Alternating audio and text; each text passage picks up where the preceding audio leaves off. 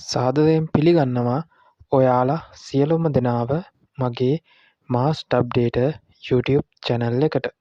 ඉතින් අප්‍රේල් මාසයට අදාළ අස්වැසුම මුදල් හරියටම බැංකුවට ලබා දෙන දිනය සම්බන්ධයෙන් තමයි අද මම මේ වීඩියෝ එකෙන් කතා කරන්නේ. ඉතින් වීඩියෝ එකට යන්න කලින් ඔයාලා මගේ channel එකට තාමත් අලුත් කෙනෙක් නම් අනිවාර්යෙන්ම channel එක subscribe කරලා channel එකත් එක්ක දිගටම එකතු වෙන්න. ඉතින් මම ඔයාලට මීට කලින් වීඩියෝ එකක් ගෙනල්ලා තියෙනවා. මේ අස්වැසුම අප්‍රේල් මාසයට අදාළ මුදල් දැනටමත් සිස්ටම් එකට වැටිලා තියෙන්නේ.